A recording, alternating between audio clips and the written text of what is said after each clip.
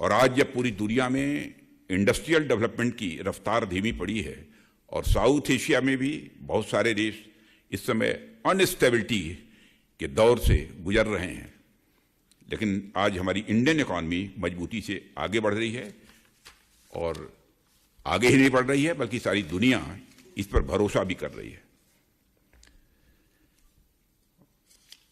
और आप जानते हैं कि जब दुनिया में कई बड़े देश इकोनॉमिक स्लो डाउन का सामना कर रहे हैं, तब भारत की इकोनॉमी लगभग 7% के ग्रोथ रेट से आगे बढ़ रही है।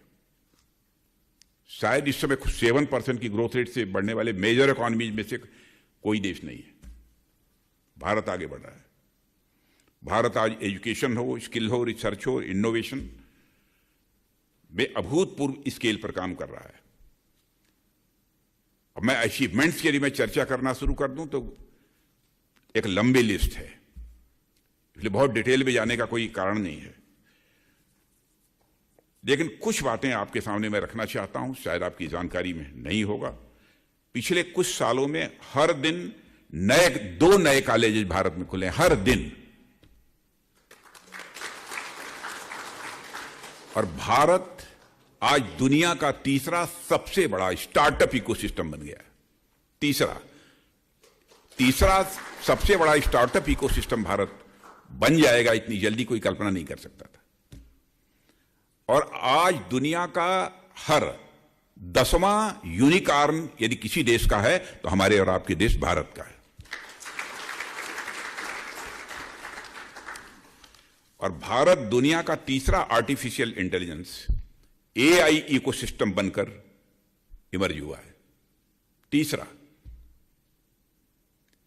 स्टैनफोर्ड यूनिवर्सिटी के 2025 के ग्लोबल AI वाइब्रेंसी इंडेक्स के अनुसार भारत की सूची में यूनाइटेड स्टेट्स और चाइना के बाद अपना स्थान बना लिया है आज।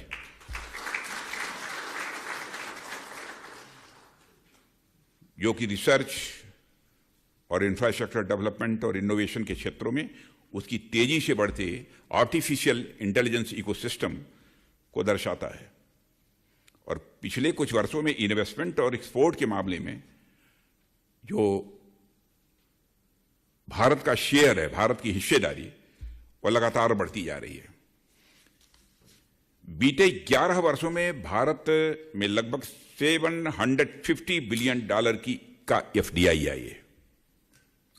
पिछले कुछ महीनों से थोड़ी इसमें कमी आई है, $750 बिलियन की।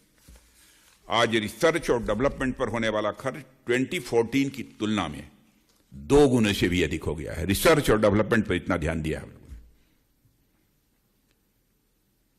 और 2014 की कंपैरिजन में यदि देखा जाए तो पेटेंट्स के लिए जो हम फाइल करते थे पहले, जितना नंबर था उस समय 14 साल पहले पेटेंट्स के लिए, आज उसका नंबर 17 टाइम्स बढ़ गया है पेटेंट्स। अब आप ये कल्पना कर सकते हैं कैसा काम हो रहा है। और पिछले कुछ वर्षों में ग्लोबल ट्रेड से लेकर अनसर्टेनिटी स्वाभाविक रूप से हम सभी को देखने को मिली है, और हमने इसको ध्यान में रखते हुए कई देशों के साथ ट्रेड एग्रीमेंट्स भी साइन किए हैं।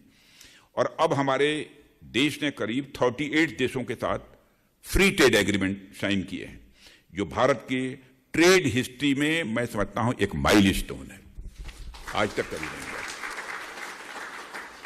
और इन ट्रेड एग्रीमेंट की एक खास बात यह है कि कई सब कॉन्टिनेंट्स में फैले हुए हैं और इनमें अलग अलग इकोनॉमिक एक स्ट्रेंथ वाले देश शामिल हैं।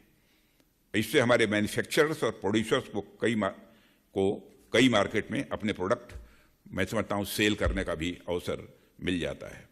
और इन FTAs ने बड़ी इकोनॉमी के मार्केट को इंडिया के मैन्युफैक्चर्ड प्रोडक्ट्स के लिए खोल दिया है। कोई छोटी बात नहीं है। जहां जहां हुआ है उन्होंने अपनी मार्केट को इंडिया के मैन्युफैक्चर्ड प्रोडक्ट्स के लिए भी अब खोल दिया है। हम अपना सामान उनके पास भी भेज सकते हैं, वो भी भेज सकते हैं, हम भी भेज सकते हैं।